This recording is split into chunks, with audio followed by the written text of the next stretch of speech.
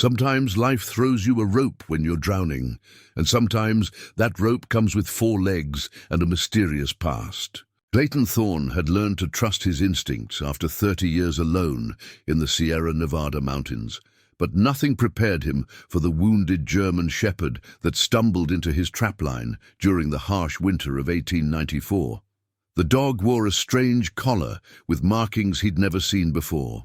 After nursing the animal back to health, Clayton followed it deep into the wilderness to a place that shouldn't exist. There, buried in the mountainside, was a massive steel door with an eagle symbol. Inside was a Cold War bunker filled with technology from 60 years in the future. How could this be possible in 1894? What secrets lay hidden in those metal halls? Before we jump back in, tell us where you're tuning in from.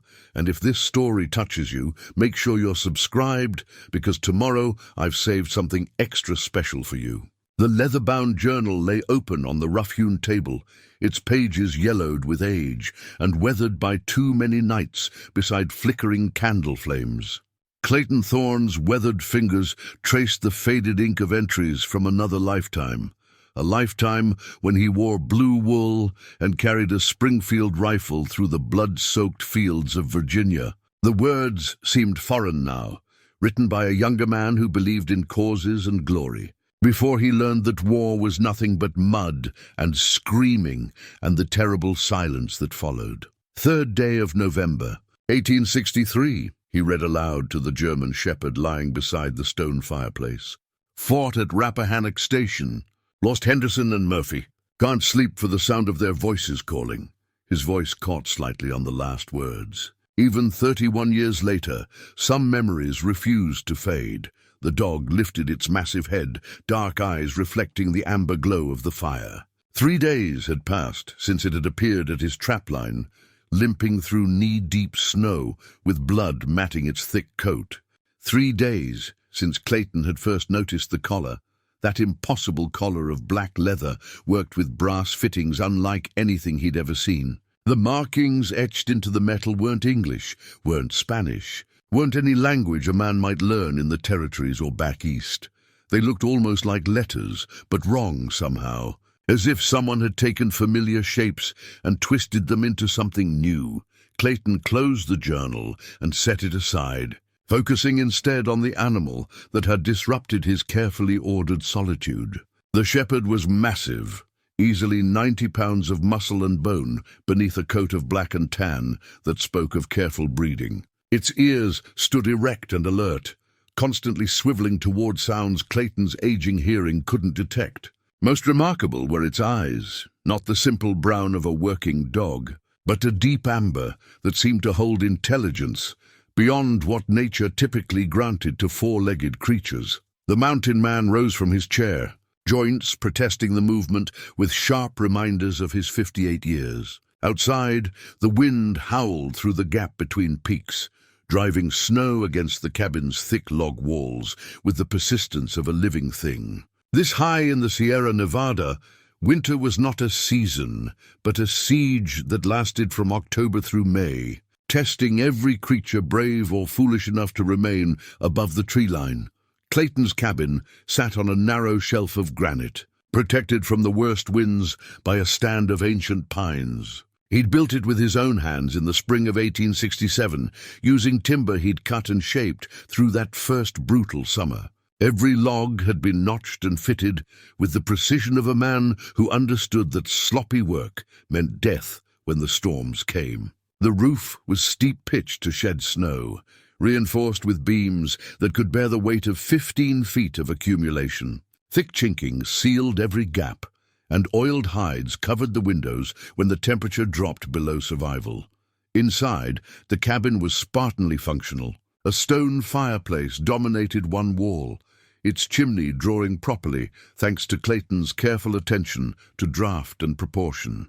His bed was built into an alcove, piled high with wool blankets and elk hides. Shelves held his meager possessions, ammunition, salt, flour, coffee beans wrapped in oiled cloth. The precious medical supplies that meant the difference between healing and infection in this isolated place. Traps hung from wooden pegs, their steel jaws oiled and ready for the line he ran each morning through the valleys below. The dog had shown no fear of the traps, which struck Clayton as remarkable. Most animals gave the scent of steel and oil a wide berth, instinctively understanding the danger. But this shepherd had walked directly up to Clayton's cabin as if it knew exactly where it was going. When he'd first spotted it struggling through the drifts, his initial thought had been to put the poor creature out of its misery. The gash along its ribs was deep, clearly from claws or teeth, and its left rear leg bore a wound that spoke of violence rather than accident, but something in those amber eyes had stopped him from reaching for his rifle. Instead, he'd found himself trudging through the snow with an armload of medical supplies, talking softly to calm the animal while he cleaned and sutured wounds that would have killed a lesser creature. The dog had submitted to his ministrations with remarkable patience, never snapping or growling despite what must have been considerable pain. Now, watching the shepherd rise and pace to the window, Clayton wondered again about its origins. No homesteader within 100 miles kept dogs of this quality. The few ranchers in the lower valleys made do with mutts and working stock, hardy animals bred for function rather than form. This dog spoke of wealth and careful breeding, of someone who valued intelligence and temperament alongside strength and endurance. The collar remained the greatest mystery. Clayton had examined it thoroughly while treating the dog's wounds, running his fingers over leather that felt smoother and more supple than anything tanned by traditional methods. The brass fittings were worked with a precision that spoke of machinery rather than hand tools, and those strange markings seemed to shift in the lamplight, creating an optical illusion that made his eyes water if he stared too long. More troubling still was the dog's behavior. It ate the venison and cornbread Clayton offered, drank from the water bowl he'd set beside the fire, but its attention remained constantly focused on something beyond the cabin walls. It would pace to the window, stand with its front paws on the sill, and stare out into the storm with an intensity that suggested purpose rather than simple restlessness. Clayton had seen enough animals in his decades on the mountain to recognize the signs. This dog wasn't lost, it was waiting. But waiting for what? In this God-forsaken wilderness, where the nearest human settlement lay 3 days' hard travel through passes that would be closed until spring. The wind outside reached a new pitch of fury, driving snow against the windows with enough force to rattle the frames. Clayton added another log to the fire and settled back into his chair, picking up his journal again. The familiar ritual of reading his own words usually brought a measure of peace, a connection to the younger man who'd written them and to the long path that had led from battlefields. To this remote sanctuary, he'd left the war with wounds that went deeper than the saber scar across his left shoulder. The things he'd seen, the things he'd done in service to a cause that seemed increasingly meaningless as the bodies piled higher, had carved hollow spaces in his soul that civilian life couldn't fill. He'd tried returning to his family's farm in Ohio, tried working in the mills and factories that were transforming the country he'd fought to preserve. But everywhere he went, he'd felt like a stranger in his own skin, a man haunted by ghosts that refused to stay buried. The mountains had offered escape, or at least the illusion of it.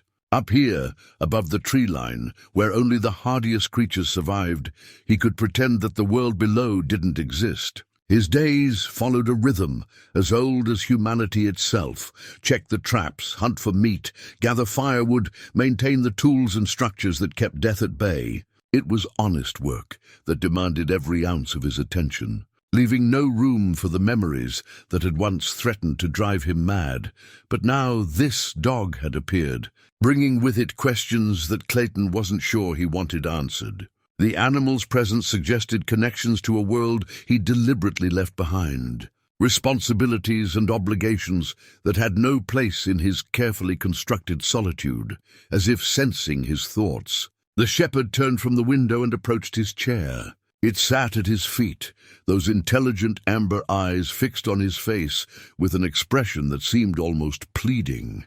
Clayton found himself reaching out to scratch behind the dog's ears, feeling the warm solidity of living bone beneath thick fur. "What's your story, friend?" he murmured.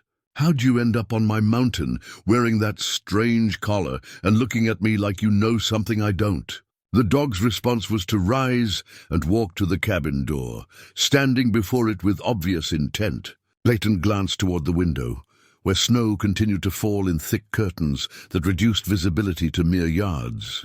No creature with any sense would venture out in such conditions, yet the shepherd's body language suggested urgent need. "Storm'll blow itself out by morning," Clayton said, more to himself than to the dog. "Whatever's out there can wait until a man can see where he's putting his feet."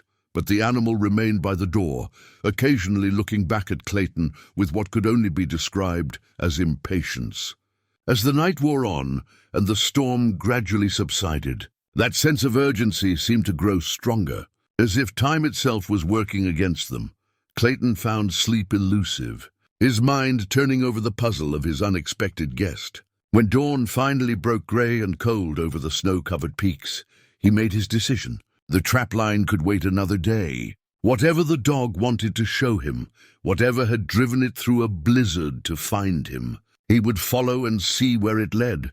After all, in 30 years of solitude, he'd learned to trust his instincts about the few living creatures that crossed his path. And his instincts told him that this German shepherd was unlike anything he'd ever encountered, a mystery wrapped in fur and leather that might just change everything he thought he knew about his quiet mountain sanctuary. The morning sun cast long shadows across the pristine snow as Clayton strapped on his snowshoes and shouldered his rifle. The storm had passed during the night, leaving behind a crystalline world where every branch and boulder wore a mantle of white that sparkled like scattered diamonds. The air was so cold it burned his lungs, but the sky had cleared to a deep blue that promised stable weather for the day ahead. The German shepherd waited by the door, its breath forming clouds of vapor in the frigid air. The moment Clayton stepped outside, the dog began moving with purpose, not toward the valley where Clayton normally ran his trapline, but up the steep slope behind his cabin toward terrain he'd never fully explored. "Hold on there, friend," Clayton called, his voice echoing off the surrounding peaks. "That's rough country up that way. Nothing but deadfalls and cliff faces." But the dog paused only long enough to look back at him with those unsettling amber eyes before continuing its determined climb. Clayton found himself following, curiosity overriding his better judgment. In 30 years on this mountain, he'd mapped every game trail and water source within a day's walk of his cabin. But the route the shepherd was taking led into a maze of granite outcroppings and hidden valleys that he'd always avoided as too dangerous for a man traveling alone. The ascent was brutal. Despite his snowshoes, Clayton found himself post-holing through drifts that reached his waist, while the dog seemed to move across the surface with supernatural ease. His breath came in harsh gasps as the altitude and exertion took their toll. But the shepherd showed no signs of fatigue. Pressing onward with mechanical persistence, after 2 hours of climbing, they reached a narrow saddle between two towering peaks that Clayton had never seen from this angle. The dog paused here, looking back to ensure he was still following, then began descending into a hidden valley that couldn't be glimpsed from any of the surrounding ridges. The terrain opened into a natural amphitheater, surrounded by walls of stone that rose nearly vertical on all sides. Clayton stopped to catch his breath, studying the geography with a soldier's eye for defensive positions. The valley was a natural fortress, accessible only through the narrow passage they'd just descended. Ancient pines grew in scattered groves, their massive trunks suggesting they'd stood here for centuries undisturbed by axe or fire. A thin stream wound through the center, its water dark against the snow, but still flowing despite the brutal cold. "Hellish place to build anything," Clayton muttered. But the dog was already moving again, following what might have been an old game trail along the valley floor. They walked for another hour through country that grew stranger with each step. The trees here were wrong somehow, too uniform in their spacing, too perfectly arranged to be natural growth. When Clayton looked closer, he could see that many of the massive pines had been deliberately positioned to screen something from view, their placement creating corridors and sightlines that spoke of human planning. The shepherd led him to the far end of the valley, where the walls of granite closed in to form a narrow slot canyon. Here, hidden behind a screen of ancient trees and sheltered by an overhang of stone, Clayton saw something that stopped him dead in his tracks. A door. Not the rough-hewn planks and leather hinges of frontier construction, but a massive slab of steel that gleamed dully in the filtered light. It stood easily 12 feet tall and 8 feet wide, set into the living rock of the mountainside with a precision that spoke of machinery beyond anything Clayton had ever imagined. But it was the symbol etched into the metal that truly caught his attention. An eagle with outstretched wings, clutching arrows and an olive branch, rendered in stark relief against the steel surface. Clayton approached slowly, his rifle held ready despite the absurdity of threatening a door with gunfire. The metal was smooth and unmarked by rust, as if it had been placed yesterday rather than standing exposed to mountain weather for unknown years. When he reached out to touch the surface, he found it cold beyond what the ambient temperature should have produced. Cold enough to sting his bare fingertips. "What in the name of all that's holy is this thing?" he whispered. The dog sat beside the door, no longer displaying the urgent energy that had driven their climb. Instead, it watched Clayton with patient intensity, as if waiting for him to understand something that should have been obvious. Clayton circled the installation, searching for clues about its origin and purpose. The door frame was seamlessly integrated into the rock face, with no visible gaps or joining lines. Whatever force had carved this opening into solid granite had possessed tools and techniques far beyond anything available to frontier builders. The precision of the work reminded him of the great stone bridges he'd seen during his army service, monuments to engineering that spoke of vast resources and careful planning. But who would build such a thing in this remote wilderness? And more importantly, when? Clayton had been ranging these mountains for 3 decades, and he was certain no human construction project of this magnitude had occurred during that time. The effort required to transport materials and workers to this isolated location would have been enormous, requiring roads and supply lines that simply didn't exist. He examined the eagle symbol more carefully, running his fingers over the raised metal. The design was familiar yet wrong, like a half-remembered dream.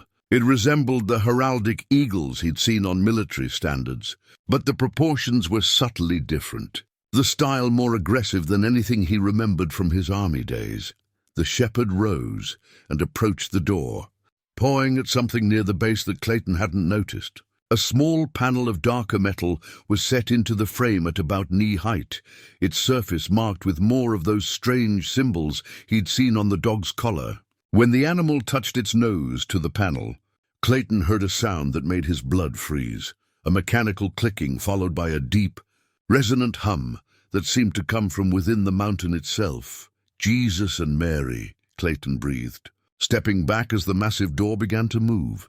It didn't swing open like any normal door. Instead, it slid sideways into a hidden recess, with the smooth precision of clockwork, revealing a corridor that stretched away into absolute darkness. A breath of warm air flowed from the opening, carrying scents that had no place in this wilderness: machine oil, electricity, and something else he couldn't identify, but which made his skin crawl with unease. The dog walked calmly into the corridor without hesitation, disappearing into the darkness as if it had done this countless times before. From within came the sound of its claws clicking on what must have been a stone or metal floor, echoing strangely in the confined space. Clayton stood at the threshold, every instinct screaming warnings that he couldn't rationally explain. This was wrong on every level: the technology, the location, the simple impossibility of finding such a thing in 1894. Yet here it stood, undeniably real, waiting for him to make a choice that would change everything about his understanding of the world. The shepherd's barking echoed from the darkness ahead, urgent and commanding. Whatever lay beyond this threshold, the dog clearly expected him to follow. Clayton checked his rifle one final time, ensuring a round was chambered and the action was smooth. Then, against every rational thought in his head, he stepped through the doorway into the unknown. The moment his feet crossed the threshold, lights began to activate along the corridor walls. Not the warm, yellow glow of oil lamps or candles, but a harsh, white radiance that illuminated every detail with unforgiving clarity. Clayton stumbled backward in shock, nearly falling as his mind struggled to process what his eyes were seeing. The corridor stretched ahead for at least 50 yards, its walls lined with conduits and panels that pulsed with their own internal light. The floor was covered with some kind of polished stone or metal that reflected the ceiling lights in a way that created the illusion of walking on water. And everywhere, covering every surface, were more of those incomprehensible symbols that seemed to shift and change when he wasn't looking directly at them. The German shepherd sat 20 yards ahead, its amber eyes reflecting the strange light as it waited for him to follow. Behind Clayton, the steel door remained open, though he couldn't see any mechanism that controlled its movement. The mountain air felt thin and inadequate after the warm atmosphere of the corridor, and he realized he was standing at the boundary between two completely different worlds. Whatever lay ahead in that impossible place, there would be no going back to the simple life he'd built in his mountain sanctuary. The dog had led him here for a reason, and that reason was waiting in the depths of what could only be described as a fortress that had no right to exist in his time or any other.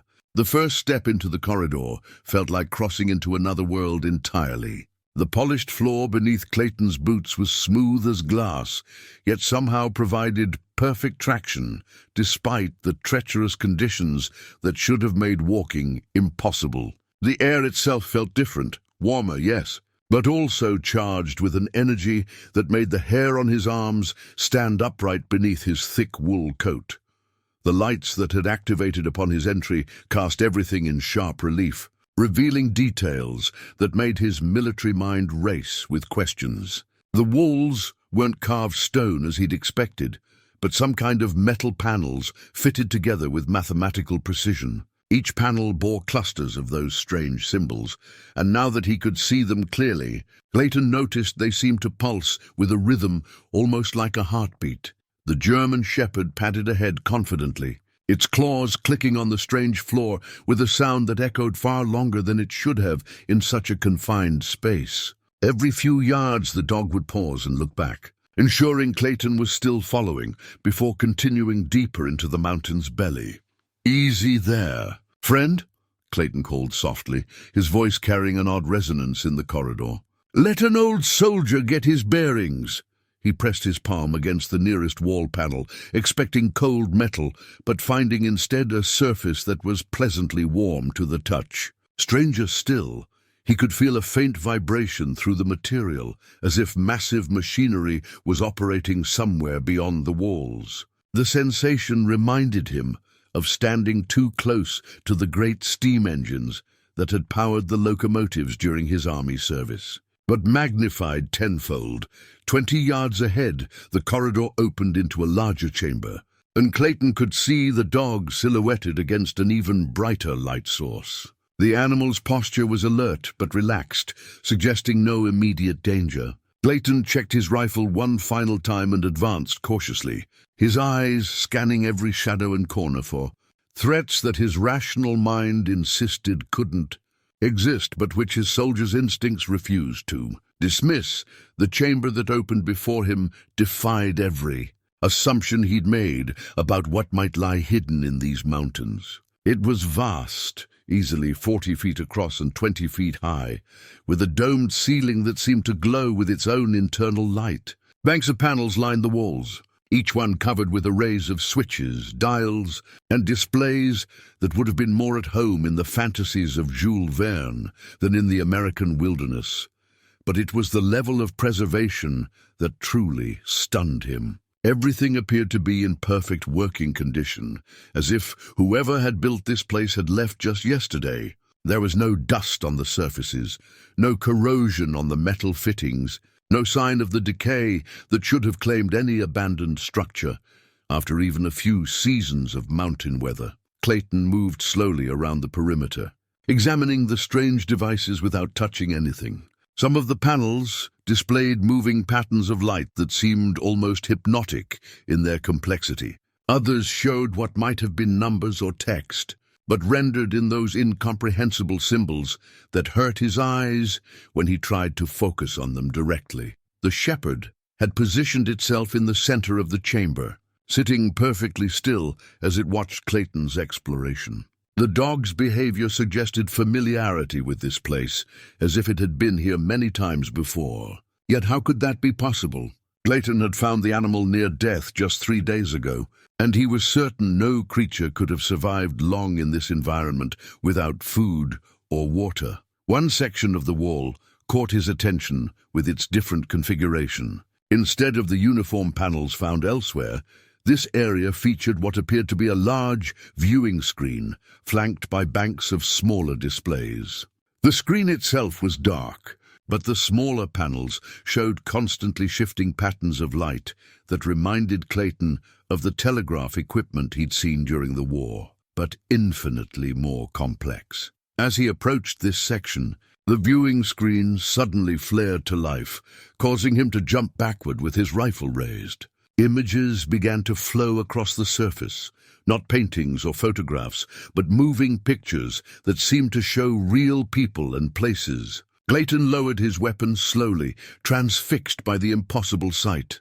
The images showed men in uniforms he didn't recognize, carrying weapons that bore no resemblance to anything in his military experience. They moved through landscapes that looked vaguely familiar, but the structures in the background were like nothing he'd ever seen.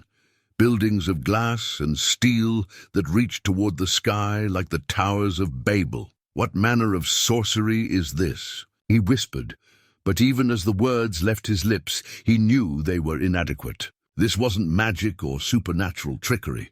This was the work of human hands and human minds, but humans possessed of knowledge and capabilities far beyond anything his world had achieved. The dog rose and approached the viewing screen, placing its front paws on a lower panel. Immediately the images changed, now showing what appeared to be the very chamber where Clayton stood.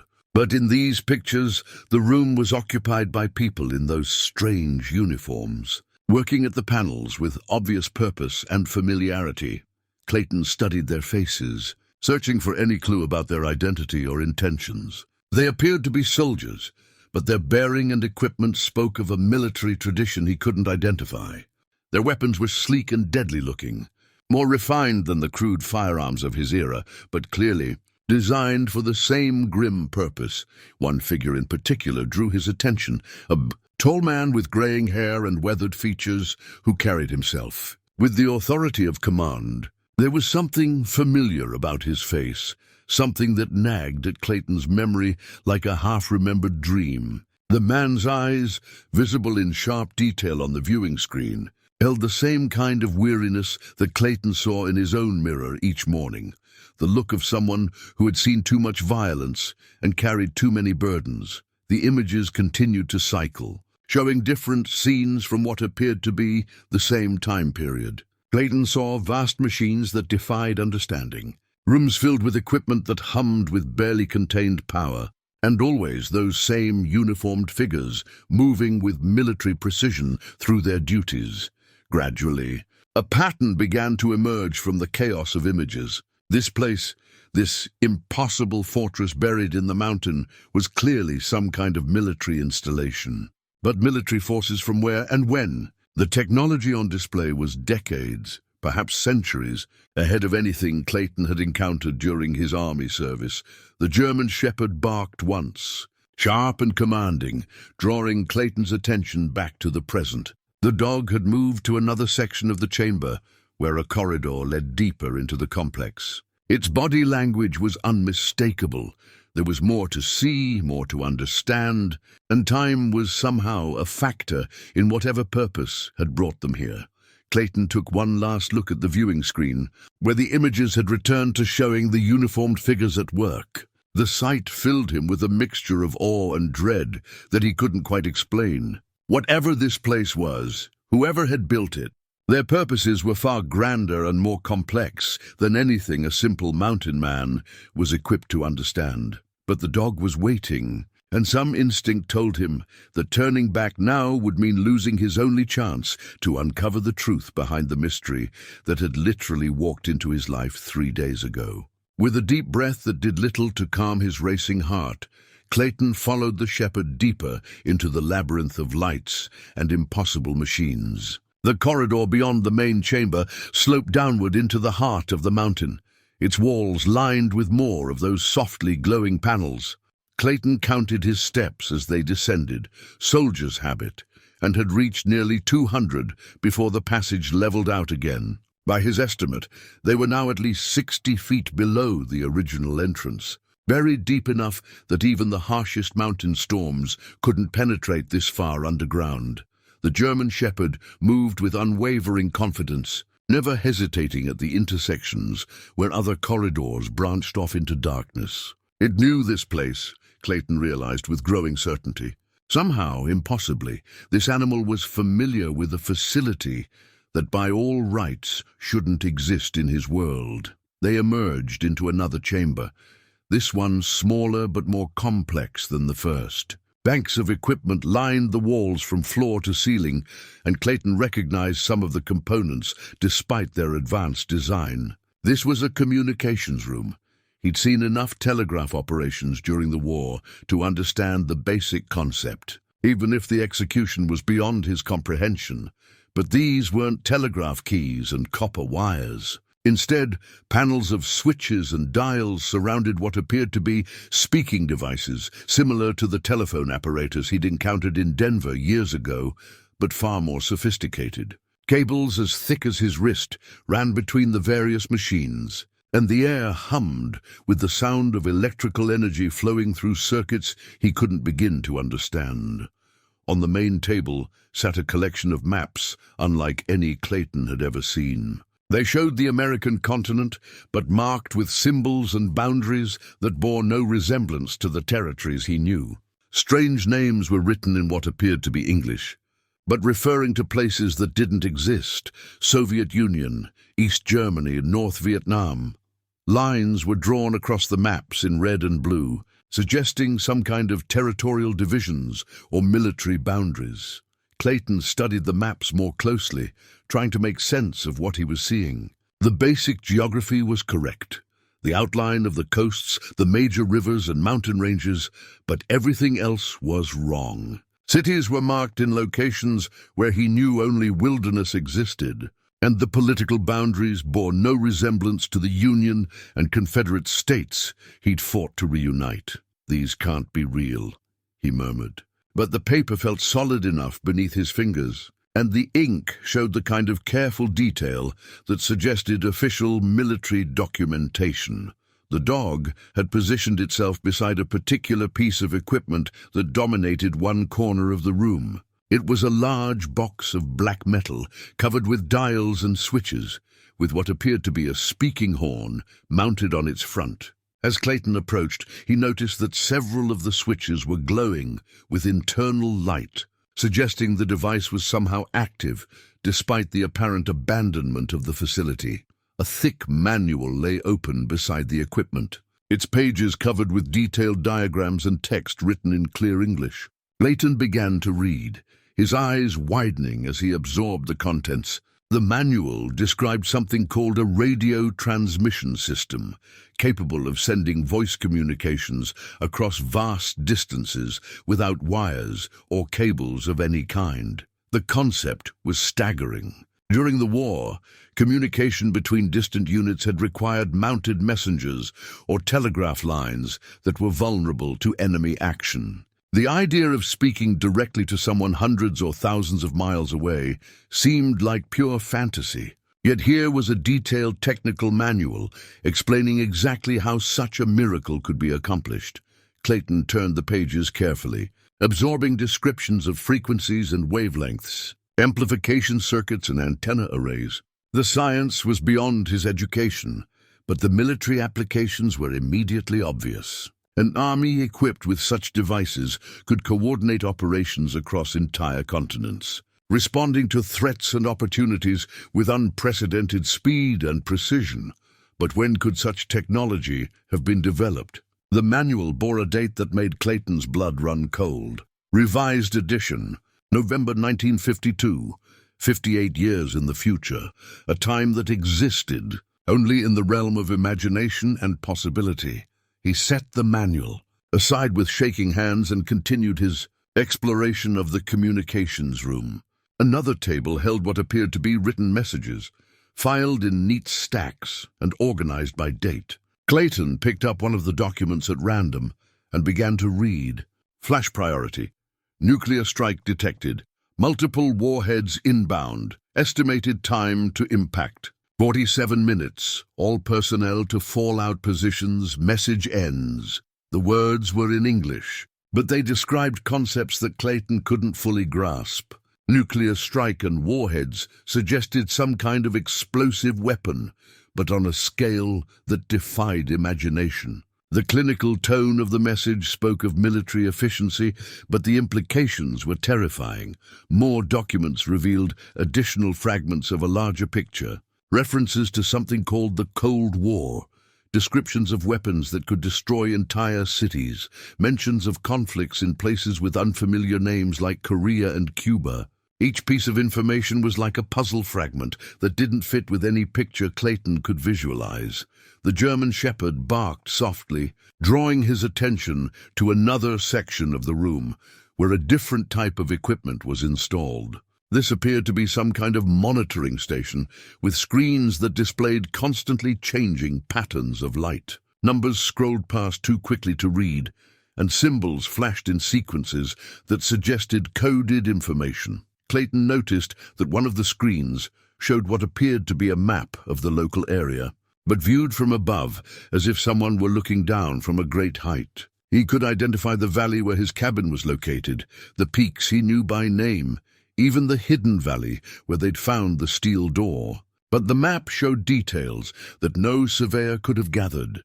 The precise locations of streams and game trails, the exact boundaries between different types of forest, even what appeared to be the positions of individual large trees. How could such detailed information have been gathered? And more importantly, who would need such precise knowledge of this remote wilderness? The implications suggested surveillance on a scale that seemed impossible, as if unseen eyes were constantly watching every movement in these mountains. The dog had moved to stand beside what appeared to be the room's central control station, where a chair faced an array of instruments more complex than anything Clayton had yet encountered. The animal's posture was expectant, almost reverential, as if this particular position held special significance.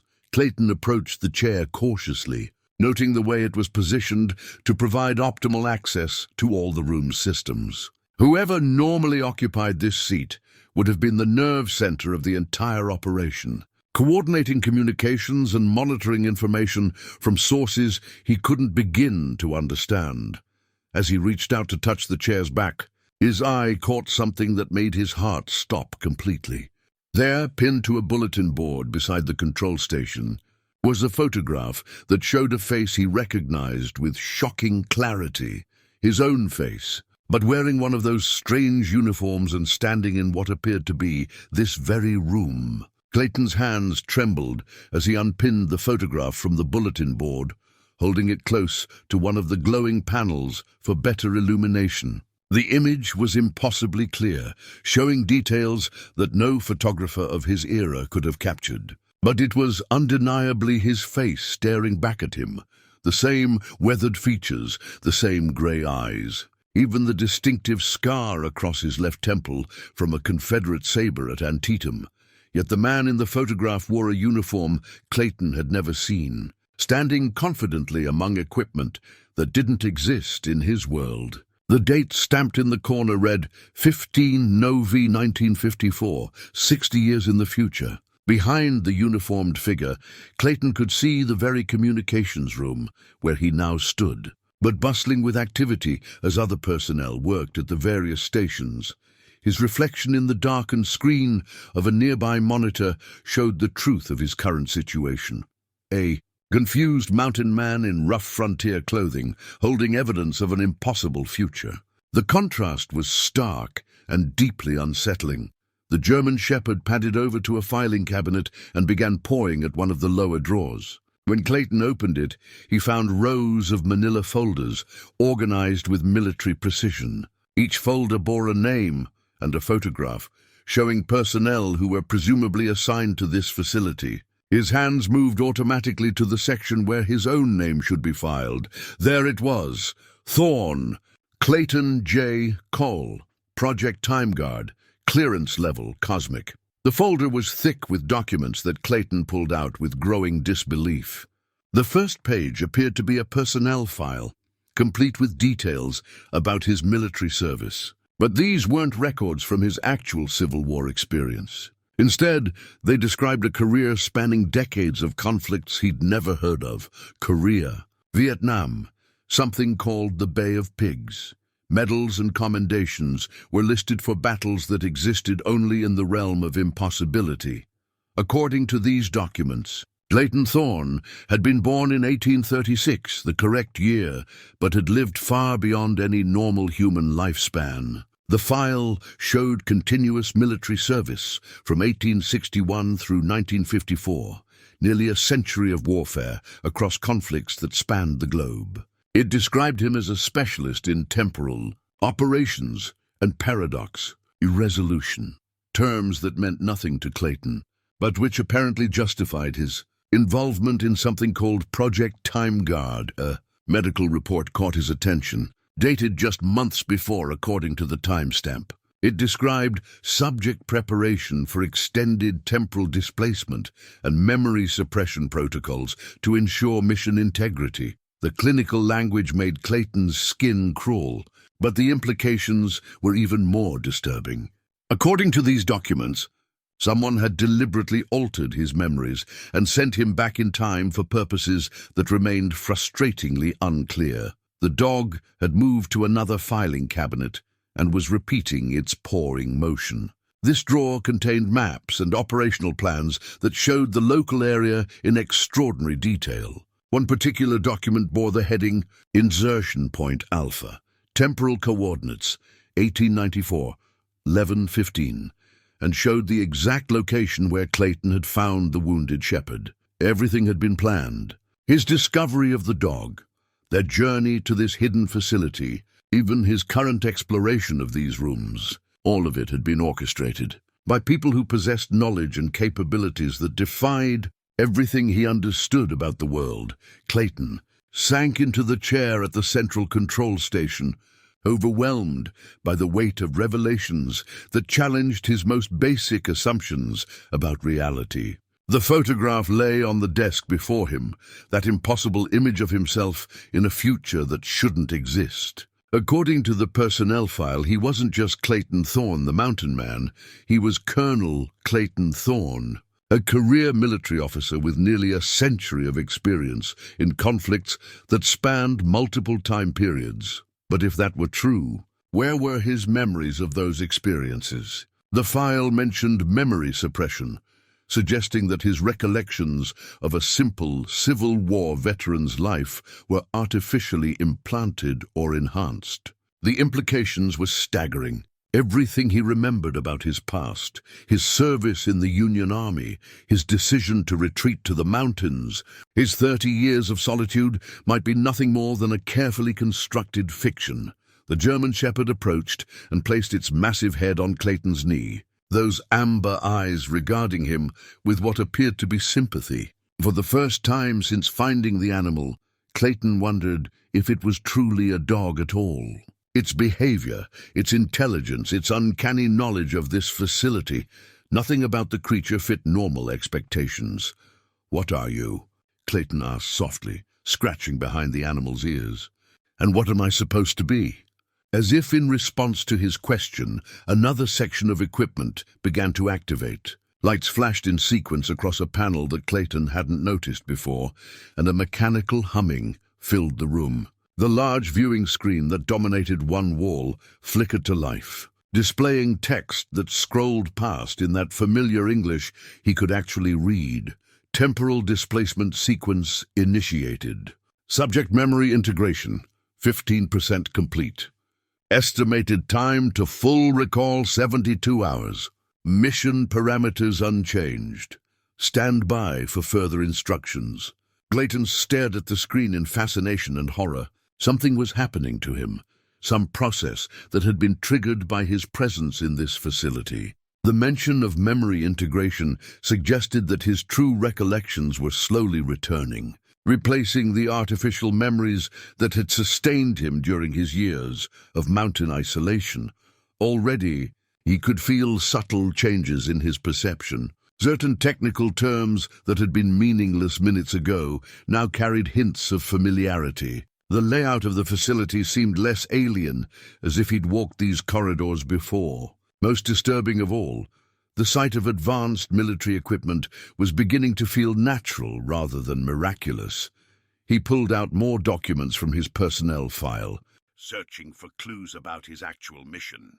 One folder contained detailed briefings about temporal paradoxes and their potential consequences. Another described something called Timeline Collapse Event 7 and its prevention as critical to species survival. The language was clinical and precise, but the stakes it described were apocalyptic.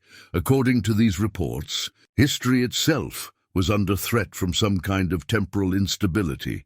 Multiple timelines were converging, creating paradoxes that could unravel the fabric of reality. Project TimeGuard had been established to identify and prevent these convergences, using personnel who could operate across different time periods without causing additional disruptions. Clayton's role, apparently, was as a temporal anchor, someone whose consciousness could exist simultaneously in multiple time frames while maintaining coherent memories of each. The Mountain Man persona had been his cover identity, designed to keep him hidden and stable while the true timeline sorted itself around the disruption points. But what disruption point was located in 1894 that required such elaborate preparation? And why had his handlers chosen this particular moment to begin restoring his memories? The answer came in the final document in his file, a mission briefing that made his blood run cold.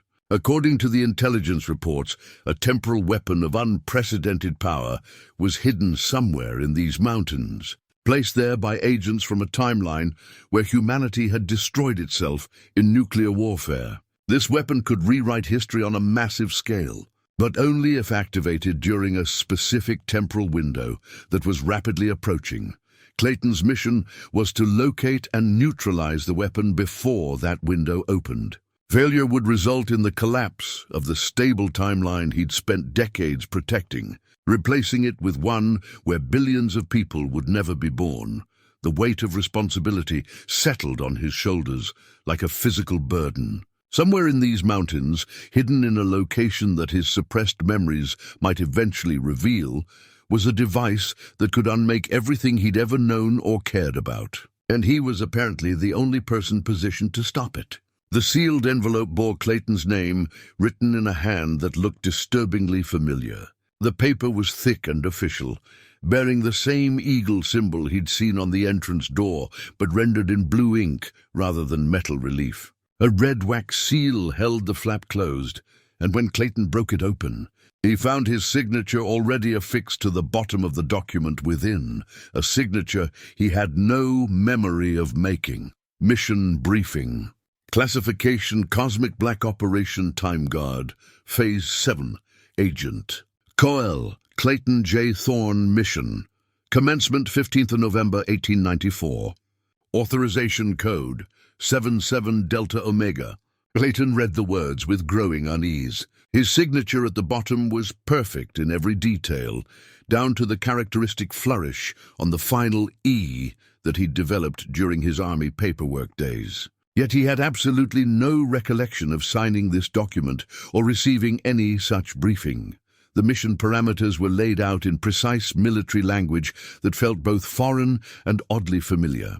According to the briefing, Temporal agents from a collapsed timeline had successfully placed a causality weapon somewhere within a 50-mile radius of his current position. The device was designed to create a retroactive nuclear exchange that would prevent the peaceful resolution of what the document called the Cuban Missile Crisis, an event that meant nothing to Clayton, but which apparently occurred in 1962.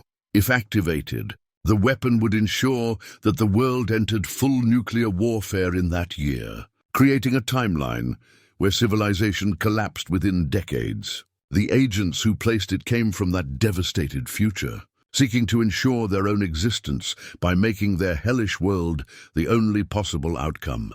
Clayton's mission was to locate and disable the weapon before November 20th, 1894, just 5 days from now, according to the date calculations. The briefing provided few specifics about the device's location, noting only that it would be concealed within existing geological features and protected by automated defense systems of 21st century origin. The German shepherd had been watching him read, and now it approached with something metallic gleaming in its mouth. Clayton held out his hand, and the animal dropped what appeared to be a small metal cylinder covered with buttons and a tiny viewing screen. When he touched one of the buttons, the device hummed to life and projected a three-dimensional map into the air above his palm. The holographic display showed the mountain range in extraordinary detail, but with additional features that weren't visible to normal observation. Deep beneath several peaks, including the one where they currently stood, were geometric shapes that suggested artificial structures. One location, about 15 miles northeast of their position, showed a much larger complex with what appeared to be a massive central chamber. "That's where it is," Clayton found himself saying, the knowledge appearing in his mind without conscious thought. The weapons in the old mining operation at Widow's Peak, but how did he know that? Widow's Peak was a mountain he'd observed from his cabin, but never visited, considering it too dangerous for a man traveling alone. There had never been any mining operations in that area during his 30 years in these mountains. Yet somehow he possessed detailed knowledge of a facility that shouldn't exist, complete with access routes and security protocols that felt as familiar as his own name. The dog barked once, sharp and commanding, then moved toward another section of the communications room, where additional equipment waited under protective covers. Clayton followed, pulling away the cloth to reveal a collection of weapons that belonged in no frontier arsenal. The firearms were sleek and deadly-looking, clearly designed for precision rather than the crude stopping power of his frontier rifle. One weapon in particular drew his attention, a long-barreled rifle with an optical sight more advanced than anything he'd ever imagined. When he picked it up, muscle memory took over, his hands automatically checking the action and adjusting the scope settings with practiced efficiency. The knowledge of how to operate this weapon was there in his mind, complete and perfect. Despite having no conscious memory of training with such equipment, a medical kit beside the weapons contained supplies that were both familiar and impossibly advanced. Bandages that sealed wounds instantly, medications that came in forms he'd never seen, and instruments that hummed with their own internal power. Clayton found himself identifying each item and understanding its purpose as if he'd used them countless times before. The implications were becoming impossible to ignore. These weren't just suppressed memories slowly returning. They were skills and knowledge that required years of training and experience to develop. If the personnel file was accurate, he'd spent decades mastering these capabilities across multiple timelines and conflicts. The mountain man identity that felt so natural and complete was nothing more than an elaborate disguise, a false personality constructed to hide a soldier whose true experience spanned nearly a century of warfare. But accepting that truth meant abandoning everything he thought he knew about himself. The quiet satisfaction of his mountain life, the hard-won peace he'd found in solitude, the simple pleasures of surviving by his own skills and knowledge, All of it became meaningless if it was based on artificial memories implanted by handlers he couldn't remember. Clayton sank into the chair again, overwhelmed by the weight of revelations that kept piling upon each other. The German shepherd approached and placed a paw on his knee, its amber eyes reflecting understanding that no normal animal should possess. When he looked into those eyes, Clayton saw something that made his breath catch, recognition that went both ways. "You remember me, don't you?" he whispered. "You know who I really am." The dog's response was to move to a final filing cabinet and paw at a drawer marked Operational Partnerships. Inside, Clayton found photographs and documents relating to something called the K9, Temporal Operations Program. The images showed dogs working alongside human operatives in environments that ranged from ancient battlefields to futuristic cities. One photograph stopped him cold. It showed a younger version of himself in full military gear, standing beside a German shepherd that was unmistakably the same animal now watching him from across the room. The caption read, "Clayton Thorne and Sergeant Major Rex, Temporal Insertion Training, Fort Kronos, 1953. Rex." The name appeared in his mind with the force of a physical blow, carrying with it a flood of emotional associations that threatened to overwhelm his carefully constructed mountain man persona. This wasn't just any dog he'd rescued from the wilderness. This was his partner, his companion, through missions that spanned decades and multiple timelines. Rex had been with him through battles in futures that hadn't happened yet, and pasts that might never have existed. The animal, Rex, approached and pressed against his leg, offering the kind of comfort that only came from shared experiences and absolute trust. Clayton found his hand moving automatically to scratch behind the dog's ears in exactly the way he knew Rex preferred, muscle memory overriding conscious thought. "How long have we been partners?" Clayton asked, but he already knew the answer was measured in decades rather than days. Rex had been his anchor through temporal missions that would have driven most men insane. The one constant companion who could maintain stability across the chaos of collapsing timelines, and now they had less than 5 days to prevent the activation of a weapon that could undo everything they'd spent decades protecting. The peaceful mountain man's life was over. It was time for Colonel Clayton Thorne to remember who he really was. The machine dominated the deepest level of the facility, a sprawling construction of metal and crystal that defied every assumption Clayton had made about the limits of human engineering. It filled a chamber easily the size of a cathedral, its central core rising 30 feet into the vaulted ceiling, while branching corridors of machinery extended in all directions like the arms of a mechanical spider.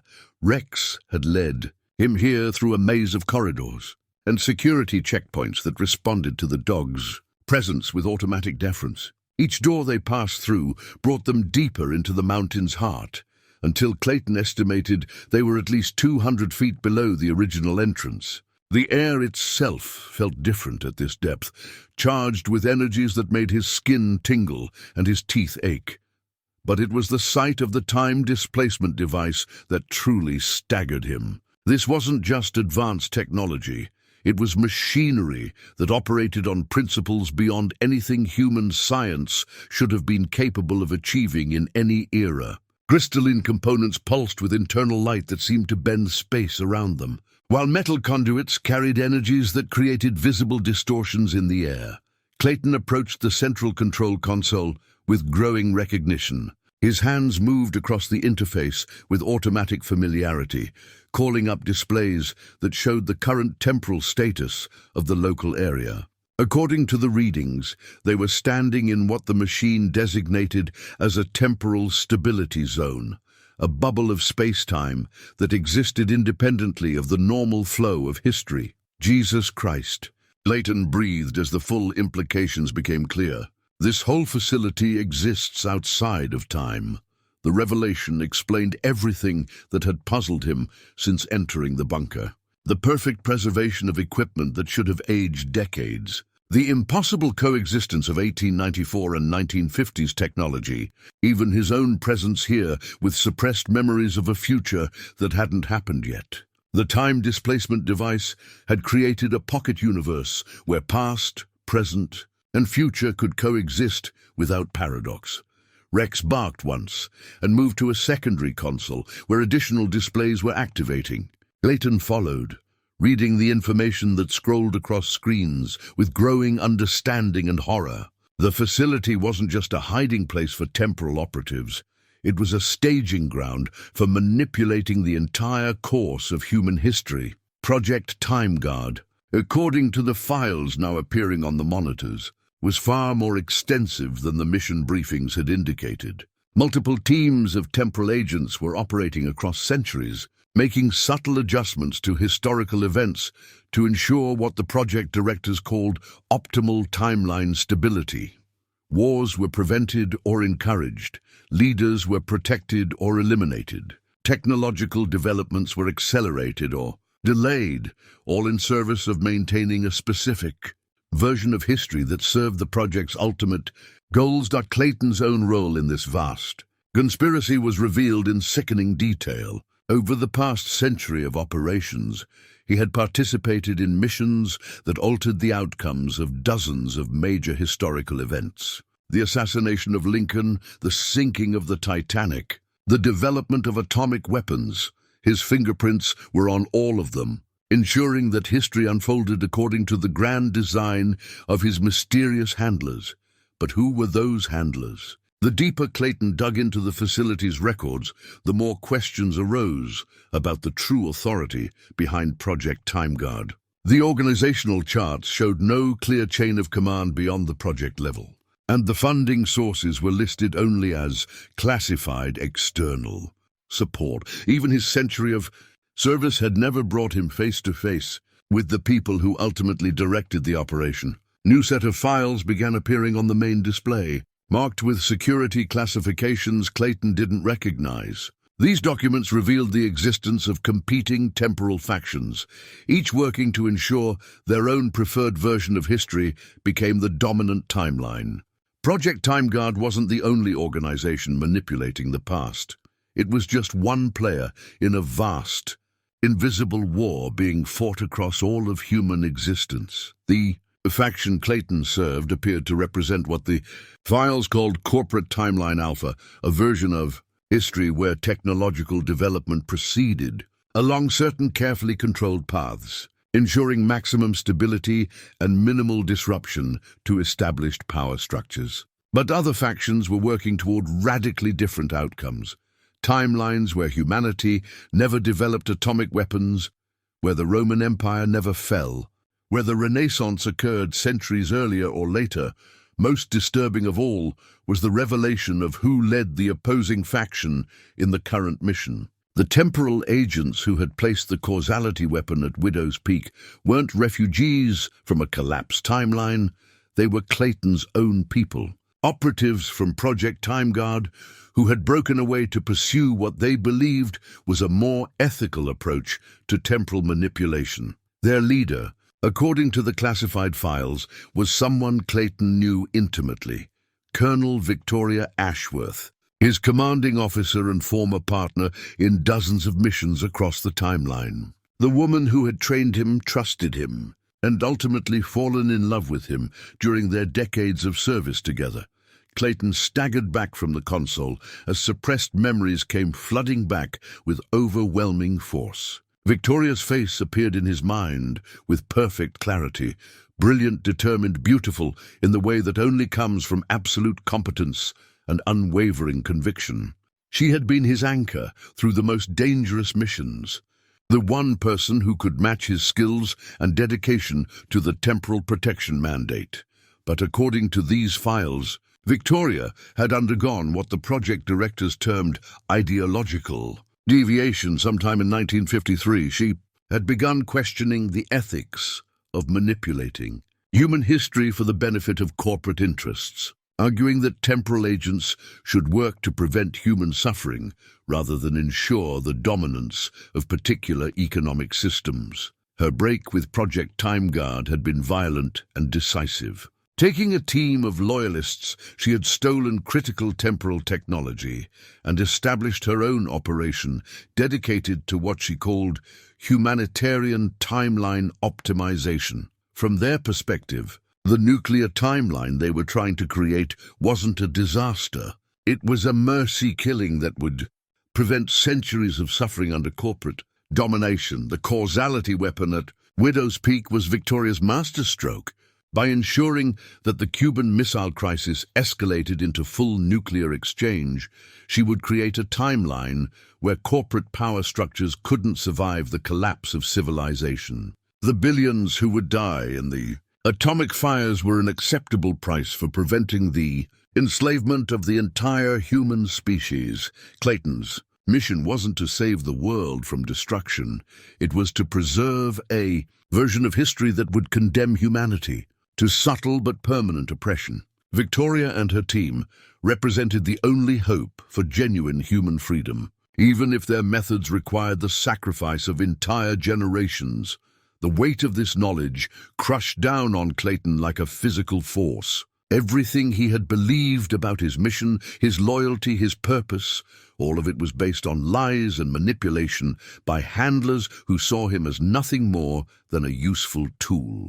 The peaceful mountain man identity that had felt so false was actually the most honest life he'd ever lived, free from the moral compromises and impossible choices that defined his existence as a temporal operative. Rex approached and placed his massive head against Clayton's chest, offering comfort that transcended species boundaries. But even his bond with the dog was tainted by the revelation that Rex had been genetically and cybernetically enhanced to ensure absolute loyalty to Project Time Guard's objectives. The animal's intelligence and capabilities weren't natural gifts. They were the product of scientific manipulation designed to create the perfect operative companion. Yet when Clayton looked into Rex's amber eyes, he saw something that the project directors couldn't have engineered: genuine love and concern that had nothing to do with programmed loyalty. Whatever modifications had been made to the dog's biology, his emotional connection to Clayton was real and unforced. "What are we going to do, boy?" Clayton whispered. "How do we choose between saving the world and dooming it?" Rex's response was to move to the time displacement device's primary control interface and paw at a section that Clayton hadn't noticed before. When he approached, he found a communication system that was already receiving an incoming transmission. The voice that emerged from the speakers was one he recognized with a mixture of joy and dread. "Clayton, I know you're there. I know you've discovered the truth about our mission. We need to talk before you make a decision that will damn us all. I'm waiting at Widow's Peak, and I have something to show you that will change everything you think you know about Project Time Guard's real purpose." Victoria's voice carried the same authority and compassion he remembered, but underneath was a note of desperation that suggested the stakes had grown beyond even her considerable ability to control. Whatever revelation awaited him at Widow's Peak, it would force him to choose not just between competing timelines, but between the two people he had loved most in his long and complicated existence. The clock on the time displacement device showed less than 4 days remaining until the temporal window opened. Whatever choice he made would echo across centuries, determining the fate of billions, of people who would never know how close they had come to never existing at all. The activation key lay in Clayton's palm like a judgment of God, a small crystalline device that hummed with barely contained energy. According to the facility's records, this single artifact could either stabilize the current timeline permanently or create an irreversible cascade that would collapse the temporal barriers protecting this pocket of space-time. Once used, there would be no going back, no second chances, no room for doubt or regret. Clayton stared at the device as his recovered memories painted vivid pictures of the choice before him. Through Project Time Guard's corporate timeline, he could see humanity's future stretching out in orderly progression, cities of glass and steel where poverty was managed rather than eliminated, where technological marvels served the needs of an entrenched elite while the masses labored in comfortable servitude. Wars would be limited and controllable, diseases would be profitable rather than curable, and human potential would be carefully channeled to serve corporate interests across centuries. But Victoria's alternative offered a different vision, one that began in nuclear fire but led to something Project Time Guards planners couldn't predict or control. From the ashes of atomic devastation, survivors would build societies based on cooperation rather than competition, on genuine human need rather than artificial scarcity. The price would be enormous, billions dead in the initial exchange and its aftermath, but those who survived would be truly free in ways that no corporate timeline could permit. Rex sat beside him as Clayton studied the tactical displays showing Widow's Peak and its surrounding terrain. The mountain was 15 miles northeast of their current position, accessible only through a series of high passes that would be treacherous even under ideal conditions. With winter storms threatening and only 4 days remaining until the temporal window opened, the journey would push both man and dog to their limits. The advanced equipment cache provided tools that would have been miraculous in his mountain man days, but now felt as familiar as his own hands. Clayton selected weapons, supplies, and survival gear with the efficiency of someone who had conducted similar missions across multiple timelines. His muscle memory guided him through equipment checks and load distributions that balanced lethality with mobility. The tactical rifle he'd examined earlier went into a specialized case designed to protect its delicate optics during rough transport. Ammunition for the weapon was unlike anything from his mountain man arsenal. Each round was individually crafted to precise specifications, capable of penetrating armor or exploding on impact depending on the tactical situation. He loaded enough for a sustained engagement. Though he hoped Victoria would listen to reason before violence became necessary, medical supplies went into a compact kit that could treat everything from gunshot wounds to radiation exposure.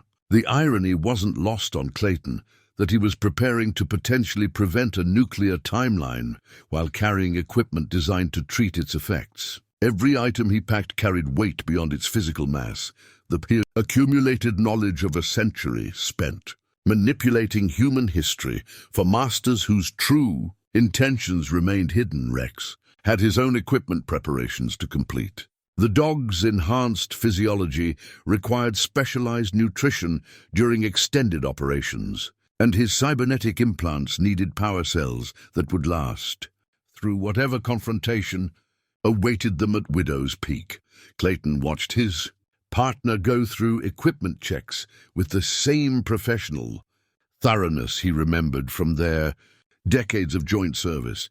But underneath the familiar routine of mission preparation, Clayton wrestled with questions that no amount of tactical planning could answer. How do you choose between two versions of damnation? How do you weigh the certain suffering of nuclear war against the subtle oppression of corporate control?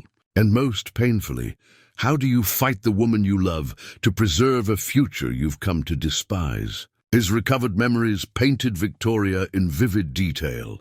Brilliant, passionate, uncompromising in her dedication to protecting human freedom. She had been his equal in every way that mattered, the one person who could match his skills while challenging his assumptions. Their partnership had been legendary within Project Time Guard circles.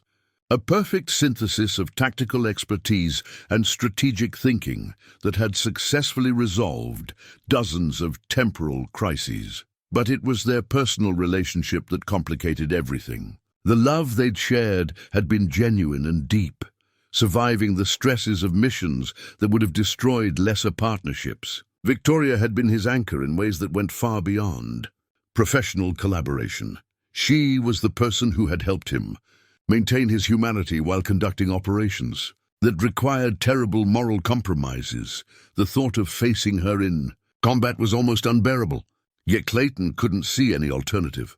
Their fundamental disagreement about humanity's future wasn't something that could be resolved through negotiation or compromise. One timeline would survive, and the other would be relegated to the realm of might have been.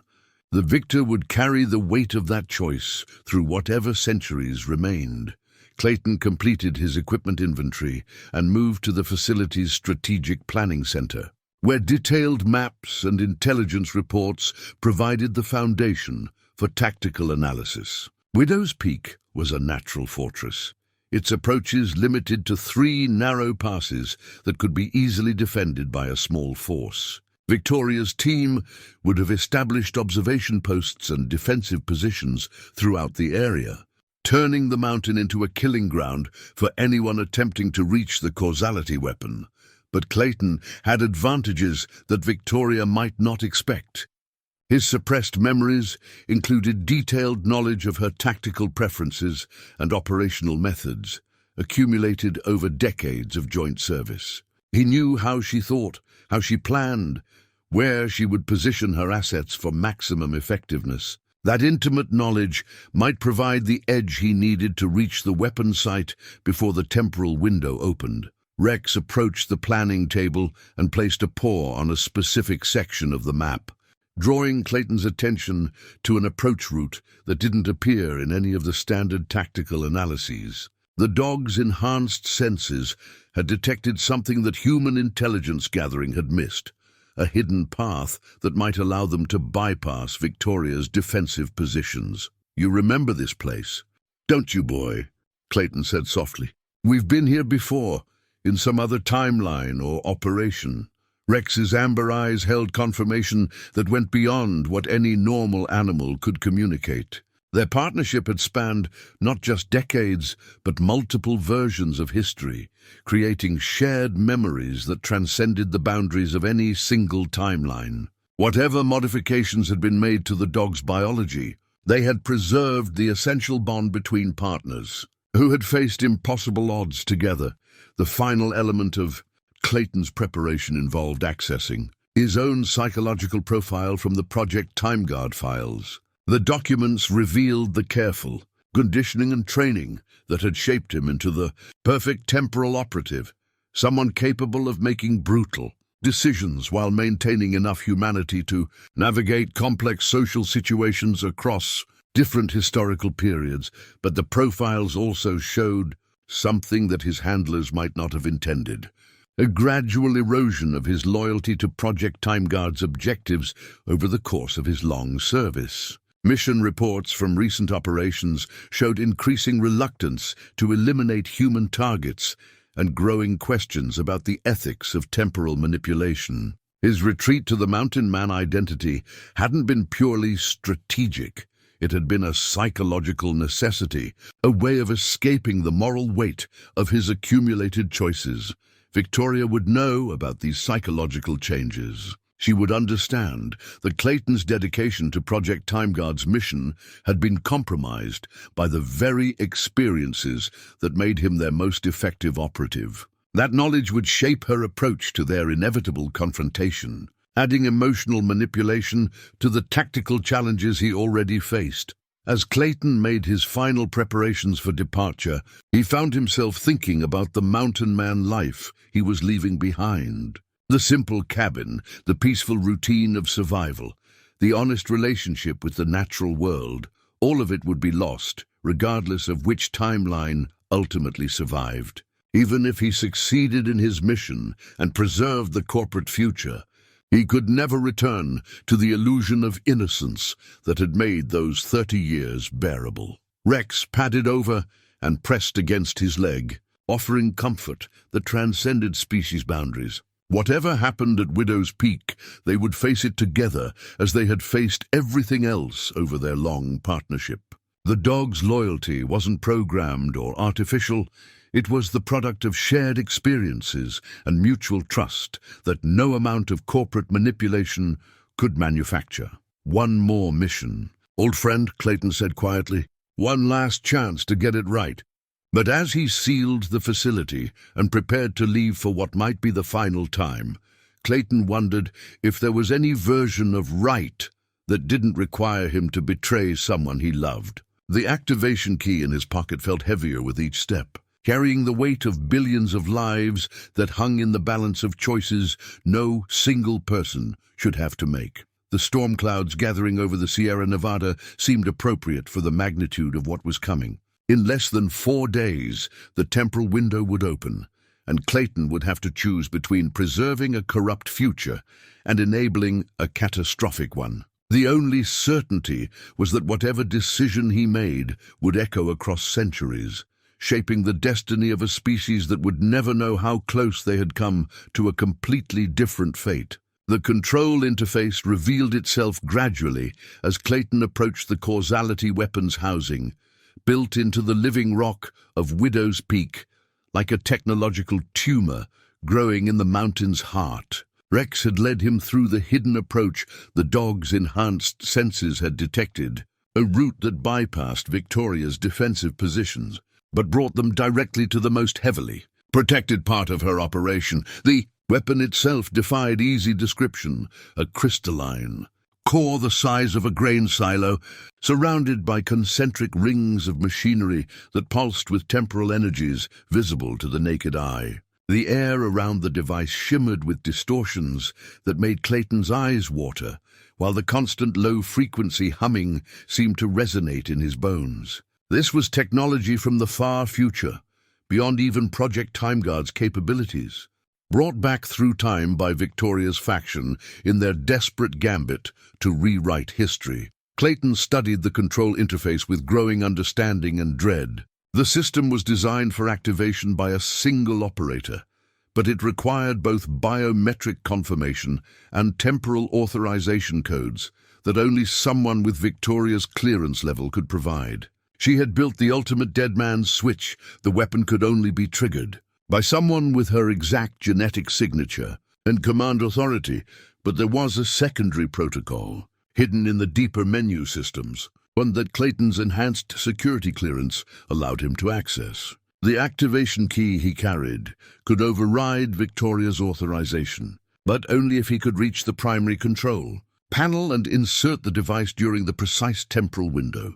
When the weapon was primed for firing, Rex's sharp bark drew his attention to movement in the shadows. Beyond the weapon chamber, Victoria's voice echoed from the darkness, carrying the same authority and warmth he remembered, but tinged with the sadness of someone who had made peace with terrible necessity. "I wondered when you'd remember the old infiltration routes," she called. "You always did prefer the direct approach, even when subtlety would serve better." Clayton kept his rifle ready, but didn't raise it as Victoria stepped into the chamber's artificial light. She looked exactly as he remembered from their last mission together in 1953, tall, athletic, with prematurely silver hair and eyes the color of winter sky. The years hadn't touched her, preserved by the same temporal technologies that had extended his own impossible lifespan. "Hello, Victoria," Clayton said quietly.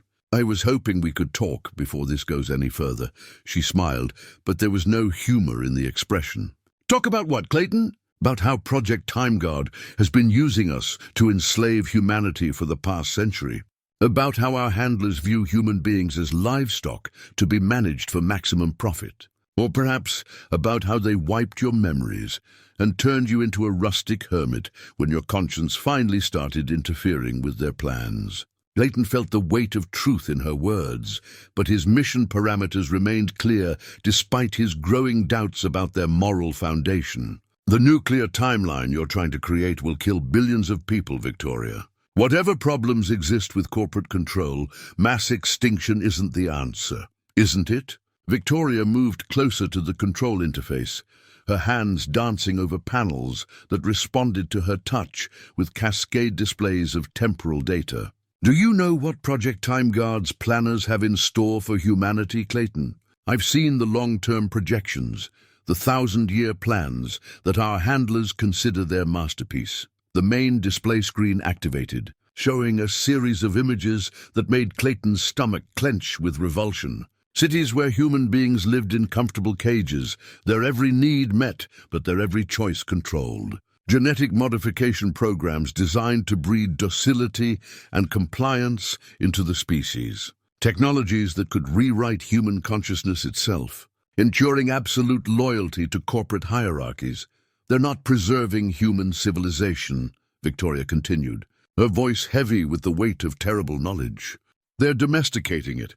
By the year 3000, what we call humanity will be as far removed from our ancestors as dairy cattle are from wild buffalo. Comfortable, well-fed, and completely incapable of independent thought, Clayton stared at the projections with growing horror. This wasn't the stable, peaceful future that Project Time Guard's mission briefings had described. This was systematic genocide conducted across centuries, erasing everything that made human beings human, while preserving their biological forms for economic exploitation. Rex had positioned himself between Clayton and Victoria, the dog's enhanced senses detecting the rising tension that preceded combat. But Victoria made no aggressive moves, instead activating additional displays that showed the alternative timeline her nuclear strategy would create. Yes, billions will die in the atomic fires, she said softly, but the survivors will be free in ways that no corporate timeline will ever permit. They'll build societies based on cooperation rather than domination, on human potential rather than managed limitations. It won't be comfortable or easy, but it will be genuinely human. Clayton's hand moved toward the activation key in his pocket, but he found himself hesitating. Victoria's revelations about Project Time Guard's ultimate goals cast everything in a different light. Was he really here to save humanity, or to ensure its transformation into something that could barely be called human at all? "I can see you're beginning to understand," Victoria said, her fingers poised over the weapon's activation sequence. "But understanding isn't enough, Clayton. In 6 hours, the temporal window opens. You can either help me free our species from a future worse than death, or you can condemn them to millennia of gentle slavery. But you have to choose now." The control interface's screens showed the temporal countdown with merciless precision. 6 hours to decide the fate of billions across centuries. 6 hours to choose between nuclear holocaust and corporate domestication.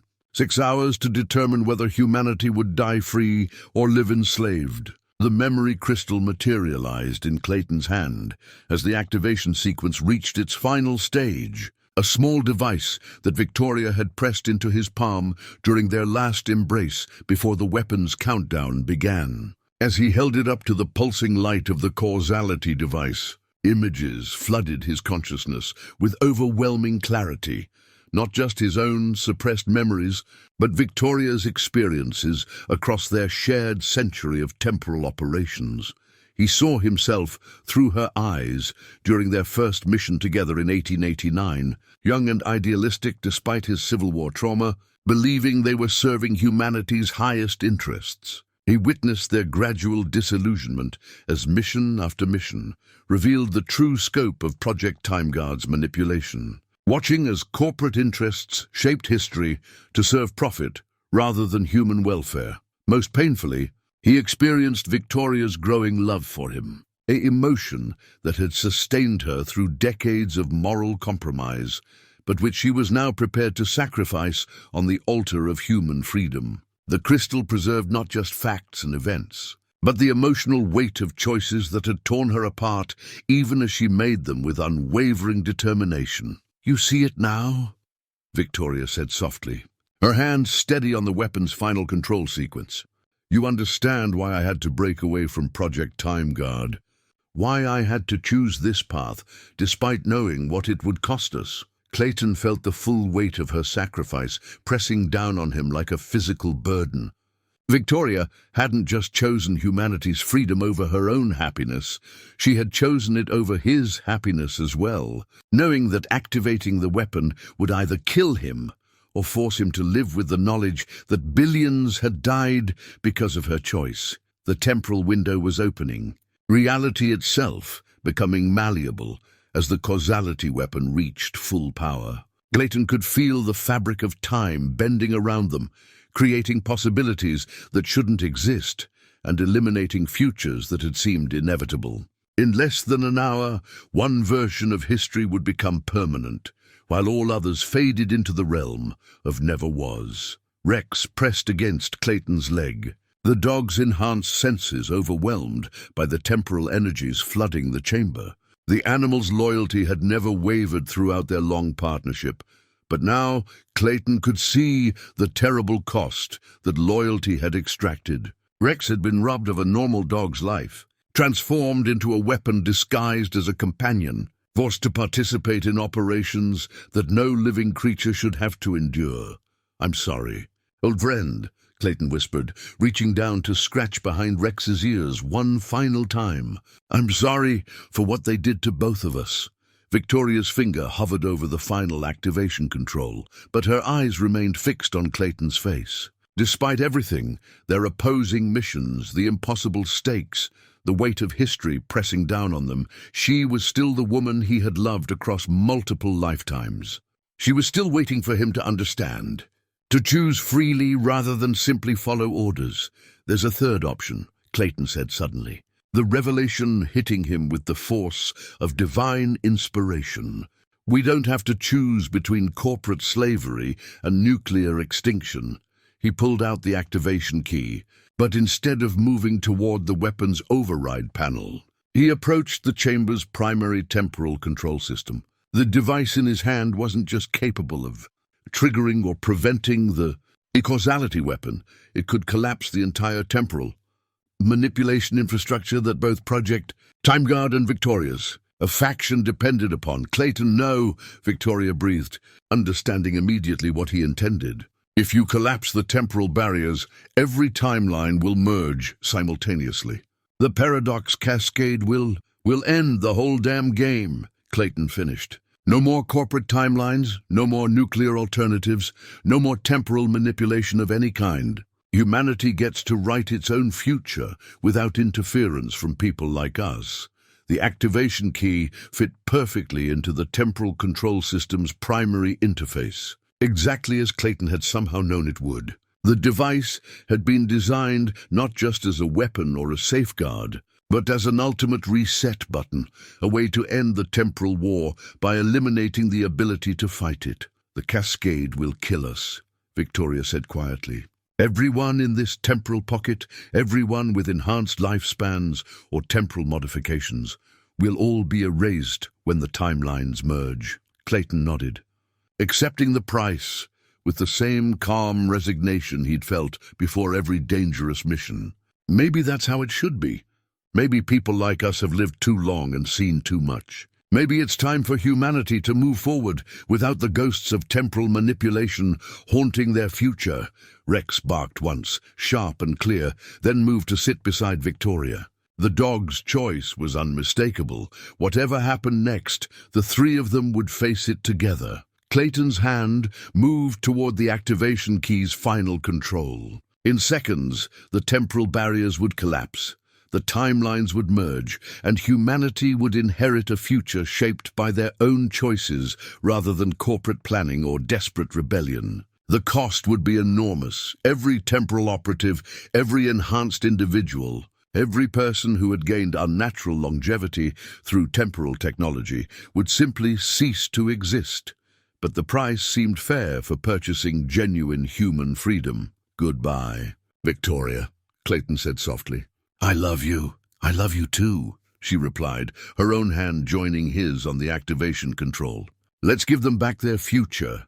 Together, they triggered the cascade that would end their war and begin humanity's true independence. Clayton's journal rested on the familiar rough-hewn table, its leather binding somehow softer and more worn than he remembered. The pages within contained entries from 2 lifetimes, the simple observations of a mountain man learning to survive in the wilderness, and the complex reflections of a temporal operative who had spent a century manipulating history. Both sets of memories felt equally real, equally his, creating a strange double vision that would take time to fully integrate. Outside his cabin, the Sierra Nevada morning was crisp and clear, with snow sparkling on the peaks like scattered diamonds. Everything looked exactly as it had 3 weeks ago when a wounded German shepherd had stumbled into his trapline. Yet Clayton knew that the world had changed in ways too profound for casual observation to detect.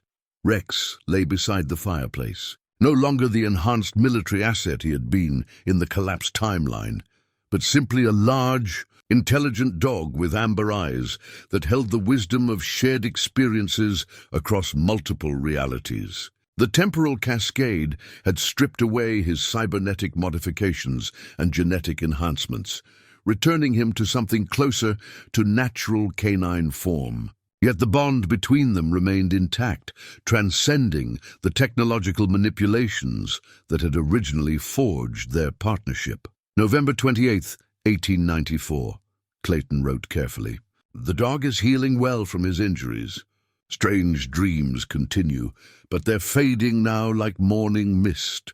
Sometimes I remember things that never happened, places I've never been, people I've never met. But the mountains don't care about such mysteries. They ask only that a man know how to survive, how to find food and shelter, how to read the weather and respect the land.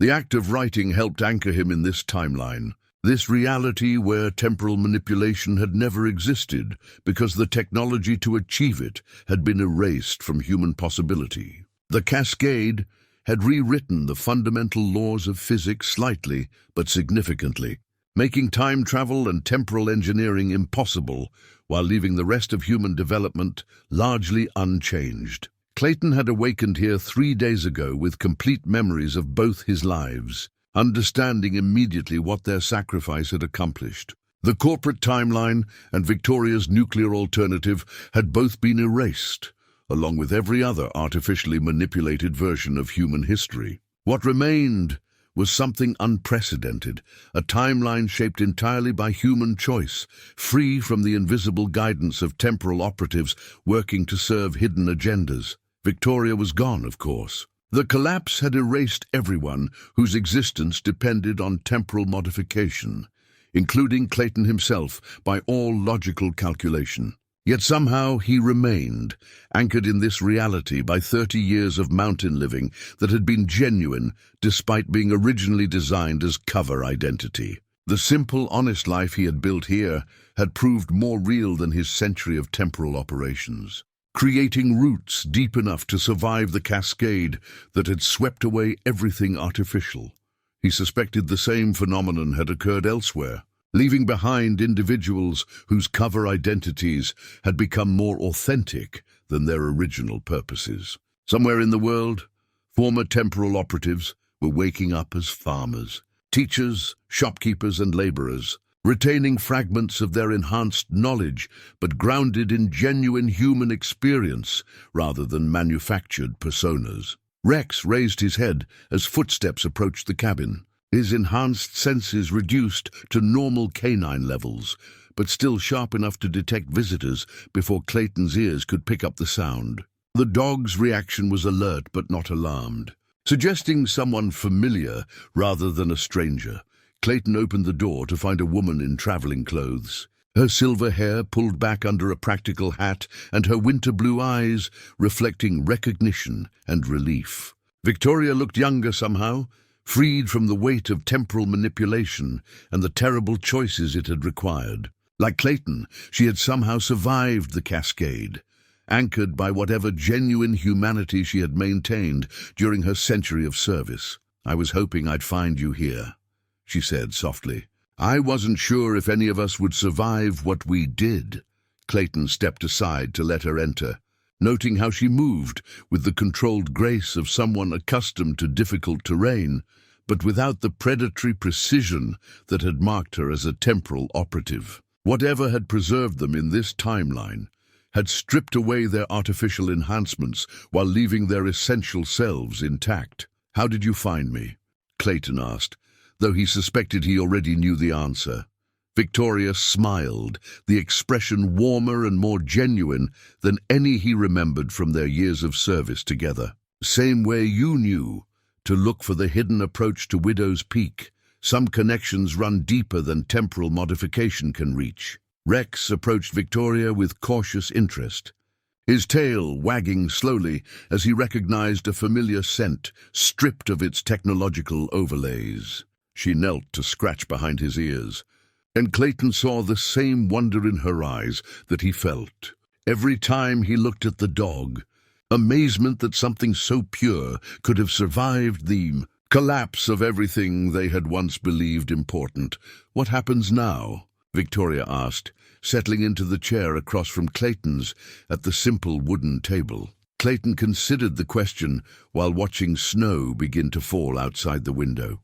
In this timeline, the Cuban Missile Crisis would unfold according to human wisdom and folly, rather than temporal manipulation. Wars would be fought or prevented based on the actual choices of leaders and peoples. Technology would develop along paths determined by human curiosity and need, rather than corporate planning spanning centuries. "Now we live," Clayton said finally. "We help where we can, hurt no one if possible, and trust that humanity will find its own way without people like us pulling strings from the shadows." Victoria nodded, understanding the profound simplicity of the choice before them. They had spent a century trying to guide human destiny according to competing visions of optimal outcomes.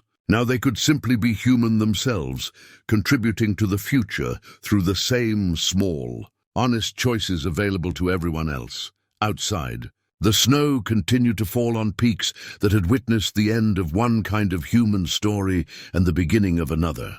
Whatever came next would be genuinely humanity's choice, free from the burden of temporal guardians who had forgotten that the best protection for human freedom was the courage to let people choose their own fate. Clayton picked up his pen and continued writing, recording not the observations of a temporal operative or the schemes of a mountain hermit, but simply the thoughts of a man grateful to be alive in a world where the future belonged to everyone.